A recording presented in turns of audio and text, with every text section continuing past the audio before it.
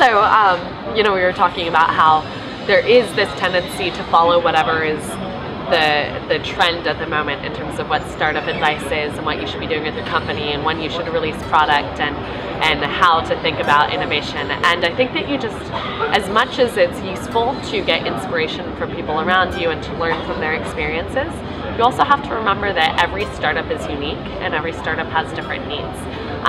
So especially out here, being a bra company, we'll get a lot of tech-oriented advice.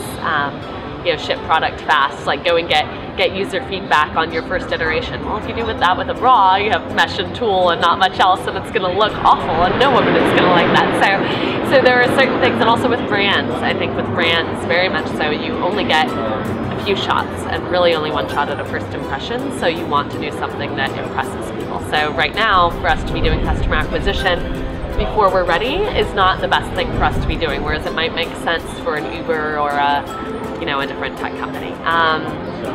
So I would just say you have to adapt advice to your situation, trust your gut and knowing what's right for you. And you can map out the different scenarios. So, you know, if I took this advice, what would that look like? If I go a different way, what would it look like? But at the end of the day, just know what's right for your company, and also surround yourself with advisors who are a little more familiar with the industry and who can tell you if something's a good idea or not. Or for example, we had a venture capitalist, pretty prominent venture capitalist, who's really into the idea of 3D scanning for measuring bra size, which is an interesting technology, but the more we looked into it, the more the technology is not quite there. It creates an obstacle that doesn't need to be there.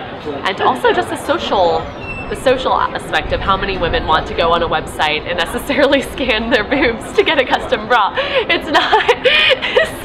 So people can be very obsessed with inserting things into your business that don't need to be there. So you need to know when to say yes and when to pass.